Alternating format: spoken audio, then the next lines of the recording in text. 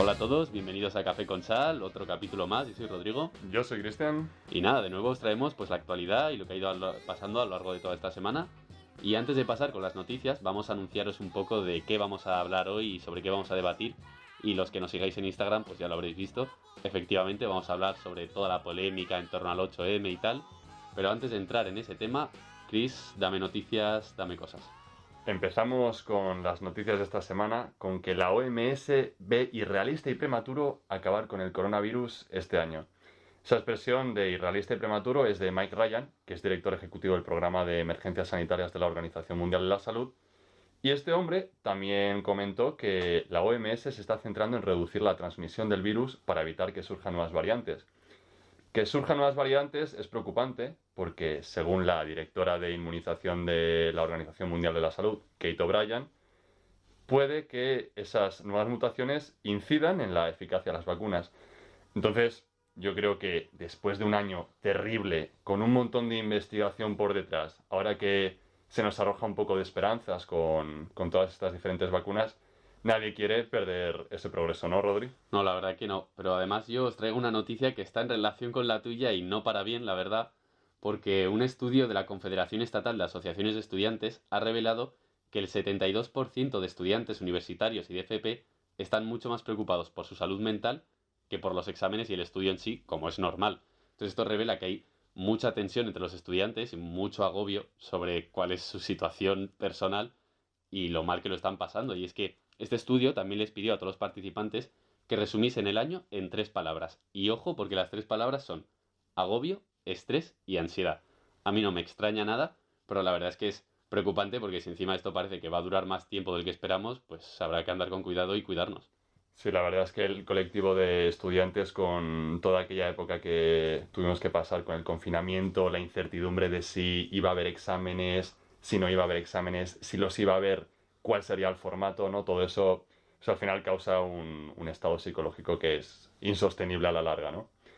Pasamos con la siguiente noticia de esta semana sobre el Barçagate. No sé si lo habréis escuchado por ahí, por Twitter, por los periódicos, pero el caso es que para quien no sepa de qué va esto, consiste básicamente en que el Barça contrató a una empresa para que realizase una campaña de desprestigio de personas contrarias a la junta directiva de Josep María Bartomeu, que fue presidente del club entre 2014 y 2020. Bartomeu ha sido detenido este lunes y pasó la noche en comisaría, y a las 9 de la mañana del mismo martes le llevaron a declarar a la Ciudad de la Justicia y se acogió a su derecho a no declarar. Está siendo investigado por delitos de administración desleal y corrupción entre particulares. Y mucho más sobre esta noticia no os podemos decir porque ya os digo que ni Rodri ni yo somos muy futboleros, pero bueno, para la gente que nos esté escuchando que tampoco tenga mucha idea de fútbol, pues ahí lo tenéis. A continuación os voy a traer, bueno, pues algo de información bastante dura y un poco surrealista, porque la Fiscalía peruana denuncia a Fujimori por el escándalo de la esterilización forzosa. Y es que entre 1995 y 2000, el gobierno ligó sin consentimiento las trompas de falopio de más de 270.000 mujeres. Y ojo, porque lo peor, o sea, si esto ya es terrible de por sí, es que el motivo es surrealista, porque todo esto venía con el motivo del Programa de Salud Reproductiva y Planificación Familiar, cuyo objetivo era acabar con la pobreza en Perú. O sea que están condenando a Fujimori, que era el presidente de Perú del año 95 al 2000, por intentar acabar con la pobreza a base de esterilizar mujeres. O sea, es súper absurdo y además es que quizá algunos os preguntéis cómo es que el presidente de Perú se apellida Fujimori. Y es que es un personaje sacado de película porque es Alberto Fujimori, un hombre de ascendencia peruana, pero orígenes japoneses, que en el año 95 se presentó a la presidencia de Perú y durante todos esos años se metió en muchísimas polémicas y juicios porque es que fue acusado de, atención, usurpación de funciones, corrupción, cómplice de secuestro, cómplice de homicidio, y de todo esto fue absuelto, pero tuvo que huir de Perú para escapar de la justicia, y es que al llegar a Japón, no contento con escaparse de la justicia, se presentó a las elecciones parlamentarias de Japón. O sea, este tío iba de país en país presentándose a las elecciones, pues por si colaba. Bueno, pues ahí tenemos a un gran personajazo, ¿no? De estas personas que se dedican a hacer maravillas en la historia de la humanidad y que terminan, pues, en el lado oscuro, ¿no? De los anales de la historia. Pasamos a la siguiente noticia. Suiza plantea prohibir el burka y el hijab en un referéndum. Este domingo, o sea, mañana, estamos grabando este episodio el sábado, los suizos van a votar sobre la cuestión, y cito literalmente, sobre sí a la prohibición de ocultar la cara. El texto de la prohibición no menciona expresamente ni al burka ni al hijab, sino que prohíbe que cualquier persona se cubra la cara en público, de una forma genérica. El referéndum fue promovido por un grupo que incluye a políticos del Partido Popular Suizo, que es un partido conservador, y por su parte, el gobierno suizo se opone a esta medida que ha intentado frenar junto con el Parlamento. Y es que es curioso porque Andreas Tunger Zanetti, que es un investigador sobre el Islam en la Universidad de Lucerna, una universidad suiza, no hay estadísticas oficiales sobre cuántas mujeres llevan la cara cubierta en el país.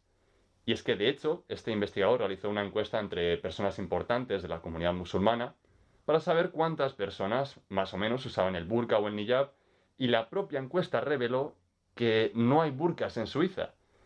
Tenemos que recordar, junto a esta noticia, que otros países como Alemania o Francia ya en el pasado han prohibido el uso del burka en público.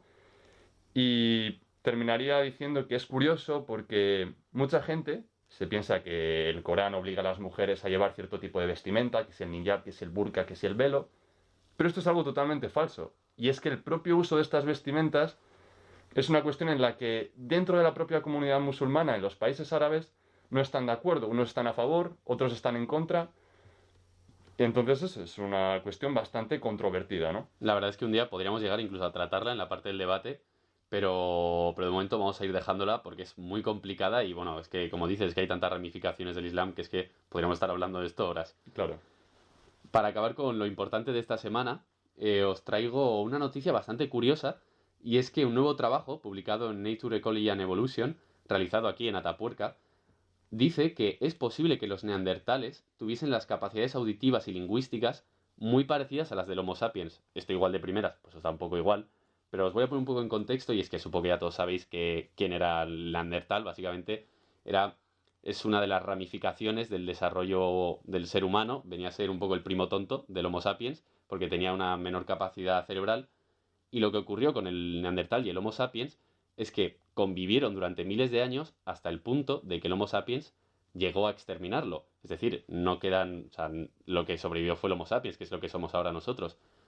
Y de hecho, lo que llegó a ocurrir es que el Homo sapiens, poco a poco, fue expulsando al neandertal de sus territorios hasta el punto que pasó desde Centroeuropa hasta Cádiz, o sea, hasta el sur más sur de Europa, lo fue empujando hasta dejarlo en las últimas cuevas de los acantilados de Cádiz, en el que se encontraron restos de neandertales. Entonces, es posible que esta nueva teoría de que tengan capacidades auditivas y lingüísticas similares al Homo sapiens lleven a pensar que, a pesar de que fue un exterminio y una desaparición total de Neandertal, puede que sí que tuviesen las mismas capacidades que los sapiens y que por tanto pues hubiese ahí cierto comercio, cierta relación e incluso cruces, que también se habla.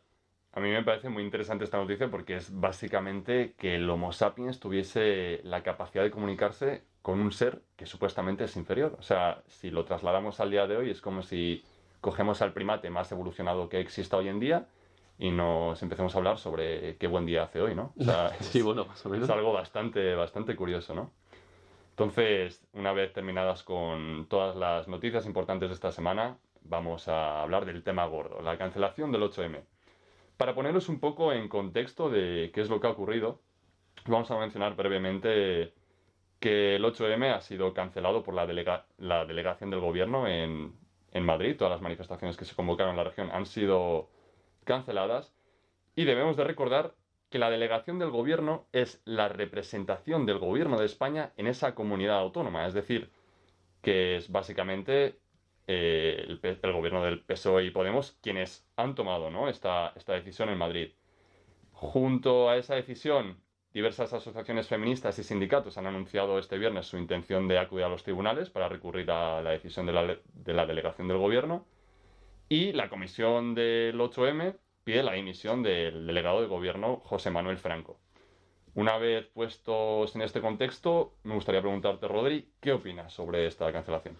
Pues la verdad es que es un tema muy complejo, pero a mí me parece que tiene cierta lógica, porque, claro, los motivos por los que se prohíben es que son básicamente sanitarios. De hecho, ya lo dijo lo comentamos la semana pasada, la ministra de Sanidad dijo que no había lugar a este tipo de concentraciones y es que a mí me parece que en una situación tan grave como en la que estamos, de una pandemia global, en la que justamente dentro de la propia pandemia no estamos en unas buenas cifras, me parece que tiene una lógica pues bastante entendible detrás de todo esto, porque claro, es quiero decir, es poner dos derechos en conflicto, el derecho a la manifestación y el derecho pues A a la estar salud. sanos, a la salud, claro. Entonces es un choque que me parece muy complicado, porque por eso son dos derechos fundamentales, pero sí que me parece que hay cierta lógica detrás de todo esto. Yo estoy de acuerdo contigo. Yo creo que en una época en la que tanta gente ha muerto, tanta gente se está contagiando y digamos la vida pues no es tan fácil, ¿no? Como lo era previa al virus, tenemos que priorizar el terminar totalmente con los contagios, vacunar a la gran mayoría de la población que sea posible para frenar esa transmisión del virus, para así por fin algún día volver a la vida normal y, entre otras cosas, pues retomar la reivindicación de derechos tan importantes como son los derechos de las mujeres, ¿no? En eso estamos de acuerdo. Pero ¿no te parece, Rodrigo, que es un poco extraño que hasta ahora se hayan permitido diferentes manifestaciones como, pues eso, negacionistas o directamente, bueno, manifestaciones de cualquier espectro político en Madrid y en otras partes de España, y que justo ahora, con el 8M, ese, digamos, día tan importante, ese hito dentro de todas las manifestaciones que existen a lo largo del año, que la cancelen, supuestamente según criterios sanitarios, choca un poco con que no hayan cancelado anteriormente otro tipo de manifestaciones, y más teniendo en cuenta que al parecer el 8M pues podría celebrarse perfectamente con una limitación de números, como por ejemplo va a ocurrir en Barcelona. Recordamos que la comunidad autónoma de Cataluña tiene competencias propias en seguridad pública y por lo tanto son ellos los que deciden si se celebra o no el 8M. Y ahí va a haber, en Barcelona en concreto capital, un número máximo de 3.500 personas, ¿no? Entonces, ¿qué opinas respecto a eso? Pues mira, me parece una pregunta totalmente lógica y es la que se hace muchísima gente. ¿Por qué la gente, o sea, por qué ha habido manifestaciones antes del 8M y ahora que queremos celebrarla, por qué no nos dejáis? O sea, ¿qué está pasando aquí? Me parece una pregunta totalmente normal y que sinceramente yo tampoco termino de entender, porque yo creo que no han prohibido todas esas anteriores manifestaciones por miedo, porque al final la manifestación es un derecho fundamental y es un derecho que todo el mundo quiere ejercer cuando cuando se le está atacando algo o se siente, pues eso, oprimido. Entonces yo creo que no las han prohibido antes por ese miedo a restar derechos a la gente, por unos motivos o por otros, pero desde luego me parece que es un error elegir justo el 8M para cancelarlos. Quiero decir, o los cancelas todos o no los cancelas. No veo la lógica, como tú dices, de por qué antes sí y ahora no. La verdad es que yo creo que no hay un criterio ideológico detrás de este motivo de cancelarlo, aunque habrá gente que se alegre de que lo cancelen, esto es así, o sea, hay gente que está en contra del 8M y en contra del feminismo y que se alegra de que no se celebren y que preferiría que no se celebrasen, pero yo creo que además viniendo de, como dices, de la delegación del gobierno, que es un gobierno que apoya el feminismo, es el PSOE, el Podemos y que ha dejado clara su postura en torno a esto, me parece que no se han atrevido a cancelar las anteriores por eso, por no quitar más derechos a la gente, pero que han elegido el peor momento para decir que no. El momento en el que el feminismo que está súper en boga hoy en día, pues ¿cómo eliges este momento? Es que a mí me parece una cagada, dicha así mal y pronto, de estrategia, que es que me parece tan grande que es que no termino de entenderla. O sea, es que me lleva a pensar que es que igual sí que hay algo ideológico, pero es que viene del gobierno que ha apoyado el feminismo durante muchísimo tiempo. Entonces es que no lo entiendo, no le veo la lógica. Claro, yo quería comentar con lo que has dicho respecto a la decisión del gobierno de PSOE y Podemos, es que es la rama del PSOE dentro del gobierno quienes han decidido, ¿no?, tomar esa Mm, decisión. Podemos ha desmarcado totalmente. Irene Montero dijo que, pese a no compartir esa opinión, no iba a acudir a ningún tipo de manifestación en ninguna vía pública. es verdad, eso es verdad. Y es lo que tú dices, ¿no? No para de chocar por qué ciertas manifestaciones no se prohibieron y se celebraron, ahora el 8M sí. Yo creo que al final el fondo de la cuestión es, o nos dais unos criterios sanitarios, científicos, que sean objetivos, es decir, a tal número de incidencia de virus, tal número de cosas se podrán hacer.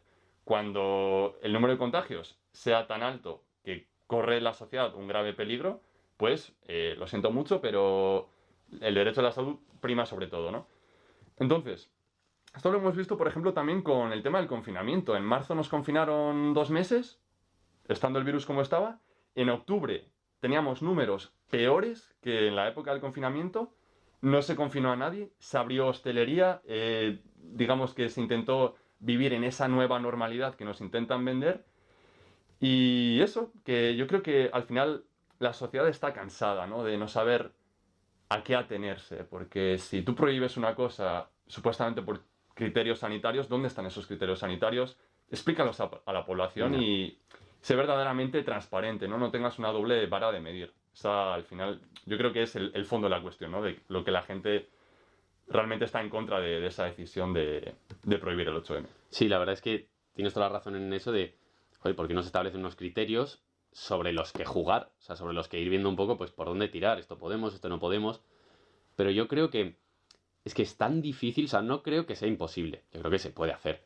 Pero me parece que es súper difícil y que al mismo tiempo, eso de que hablabas de, claro, por ejemplo, teníamos peores cifras que cuando el gran confinamiento, pero sin embargo podíamos seguir yendo a las terrazas de los bares o seguía habiendo ciertas aglomeraciones de gente para X eventos. Pero ya me parece que todo es tan caótico que es que ya es, salvamos la economía porque no podemos encerrar a todo el mundo a la vez, pero vale, entonces si no encerramos, la gente se quiere manifestar, eso lo permitimos, no, esto no, pero los bares se arruinan, vale, esto entonces sí. Me parece que tiene que ser muy difícil y muy caótico organizarlo, pero sí que creo que se podría hacer mucho mejor. Mm, Al final, el coronavirus de los que más se habla hoy en día, hay muchísimos expertos, no a nivel español, sino ya a nivel mundial, y hay países que están llevando una gestión buenísima. Yo creo que deberíamos aprender de otros países y ver qué clase de medidas emplean, qué cifras manejan, cuándo actuar de una manera o de otra. Y sí que me parece que es lo que dices, que hay un descontrol total. O sea, yo creo que esto del 8M, por ejemplo, se le ha echado encima al gobierno y no sabe para dónde tirar. Yo creo que está intentando echar balones fuera. Primero la ministra decía que no hay lugar, Fernando Simón luego decía que bueno, mejor que no, pero si se hace con seguridad igual sí. Luego se corrigió y dijo no, que él recomendaba que no. Es que yo creo que hay un descontrol de todo esto y es la base del problema, básicamente. Sí, al final yo creo que es un error más, ¿no? En la gestión del PSOE en lo que respecta a la pandemia.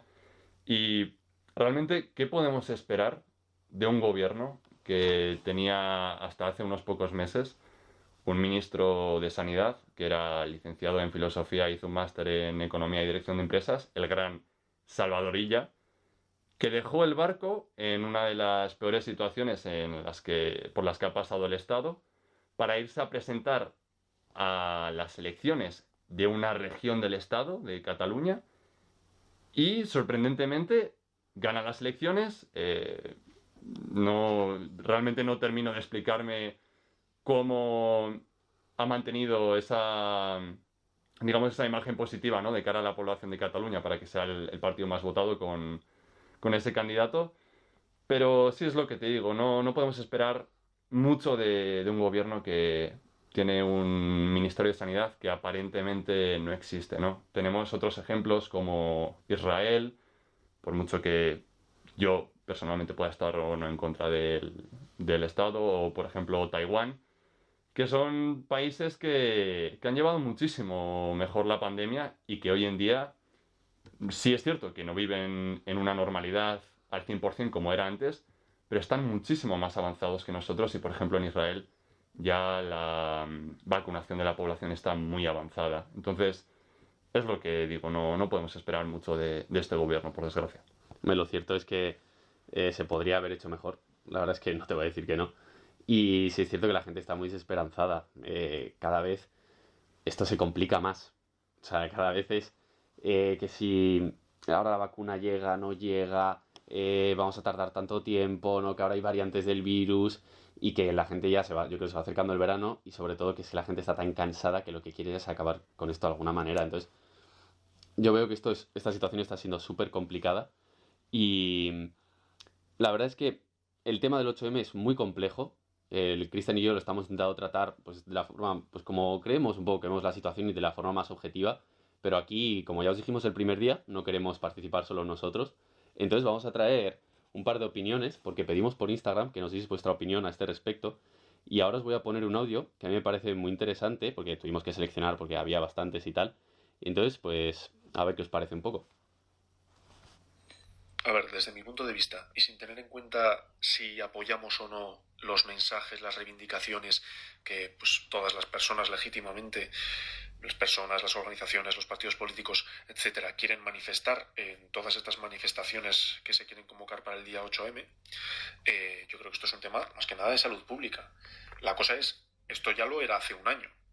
Hace un año cuando en realidad ya había un serio problema de coronavirus que estaba avanzando muy fuertemente, cosa que no se quiso ver. La administración antepuso su agenda política, la celebración, que se basaba básicamente en la celebración de estos actos y la participación de la administración en ellos. Y pues la cosa es que estamos en las mismas, si no en peores. Entonces, ¿qué? ¿Vamos a permitir que vuelva a pasar lo mismo que el año pasado? Pues yo preferiría que no. Si quieren manifestarse, yo diría que se manifestaran en coche y punto. Bueno, ahí tenemos esa opinión de César. Rodrigo, creo que teníamos también otro audio Sí, de... tenemos un que habéis audio de seleccionado. una seguidora y la verdad es que justamente este audio va por la línea contraria al que acabamos de escuchar, así que así vemos un poco cuáles son pues, los dos lados, ¿no? de todo este tema. Se ha criminalizado el movimiento por las aglomeraciones que puede generar utilizando la salud como excusa, y esto me puede parecer legítimo a la hora de prohibir determinados actos, claro. El problema está en que estas personas que quieren prohibirlo, como Ayuso, que lo ha calificado como el Día de la Mujer Contagiada, cuando todos sabemos la gestión que ha llevado su gobierno en cuanto al COVID, viendo la de muertos que ha dejado detrás solo teniendo en cuenta las residencias, que esta gente que ni se han mencionado sobre otras manifestaciones o que incluso ha participado en ellas, como la de los azules o negacionistas, pues utilizar la salud como excusa cuando lo que nos mata es el machismo, no el feminismo, lo que hay que recordar, que lo utilice como excusa para no dejarnos ejercer un derecho que es nuestro, que es el de reivindicar una igualdad, no me parece coherente. Pues ahí tenemos esa eso opinión de Adriana. Este viene a representar un poco pues el otro espectro de todo este tema, la verdad. Entonces ya iremos viendo, esto lo estamos grabando a día sábado y pues ya veremos, esto lo subiremos el lunes, entonces ya iremos viendo qué es lo que va ocurriendo con el 8M y en qué acaba todo esto. Y ahora, pues habiendo acabado la parte del debate, Chris, cuéntanos cuál es la recomendación cultural de esta semana. Pues nada, esta semana os traigo un cortometraje, The Neighbor's Window, en castellano La ventana del vecino. Y es un cortometraje de 20 minutos que ganó el Oscar al mejor cortometraje estadounidense en 2019. Para aquellos que no vayáis muy bien con el inglés, no os preocupéis porque tiene subtítulos en castellano, lo podéis encontrar en YouTube. Ya os pasaremos link en el post del capítulo. Y os voy a contar un poquito sobre de qué va y por qué os lo recomendamos. Allí, la protagonista y Jacob son una pareja de unos 30 y pico que viven en Nueva York con sus 3 hijos pequeños. Ahí está un poco estresada entre su trabajo, el cuidado de los críos y además su relación con su marido pues no es que vaya muy bien. Un día descubre que en la ventana de enfrente se ha mudado una pareja de jóvenes que pasan todo el día celebrando fiestas y viviendo al máximo. Y a partir de ese momento les vigila día y noche envidiándoles porque ella perdió su juventud, tiene responsabilidades con su trabajo, con respecto a sus hijos, etcétera, etcétera. Y de esta forma se va olvidando de lo que ella tiene de valioso, ¿no? En su vida, que son sus hijos, su esposo, entre otras muchas cosas, como por ejemplo vivir en un apartamentazo en Nueva York. Al final allí ve que no es tan ideal la vida de sus vecinos como ella realmente pensaba y el final es bastante curioso, os recomiendo que os lo veáis. Y es que la recomendación cultural de esta semana viene a pelo ya que muchos hemos cogido en estos últimos años la costumbre de estar pegados al móvil todo el rato en Instagram, o en Twitter o en cualquier red social, mirando la vida de los demás y anhelando hacer esos viajes que supuestamente vemos que todo el mundo hace, tener pareja porque parece que todos nuestros amigos tienen menos nosotros, etcétera, etcétera. Y al final todo eso nos lleva a que olvidamos lo que realmente tenemos de valioso en nuestras vidas y a centrarnos en la vida de los demás y olvidarnos sobre nosotros mismos, ¿no? Sobre qué es lo que realmente nosotros queremos hacer en el día a día, cuáles son nuestros sueños, cómo alcanzarlos. Y eso, espero que os vaya bien esta recomendación para que reflexionéis un poco sobre el papel de las redes sociales en nuestras vidas. Yo creo que os va a gustar mucho porque es algo que está totalmente, que vivimos en nuestro día a día, estamos pegados a las redes sociales Y yo personalmente conozco cada vez más gente que se está cansando de lo malo que traen las redes sociales, de esa obsesión y de esa actitud que hay de, bueno, pues de obsesionarse con el mostrar, de la vida que tienes o dejas de tener. Entonces, pues nada, con esto acabamos el programa de hoy. Os recordamos que cualquier cosa que os ocurra, una idea, vuestra opinión sobre lo que hemos hablado, sobre lo que queréis que hablemos en el siguiente capítulo, nos lo podéis decir por mensaje directo, en los posts que pongamos en Instagram o incluso en los comentarios de YouTube, que os recordamos que también podéis escucharnos. Y nada, por nuestra parte esto es todo. Hasta la próxima semana.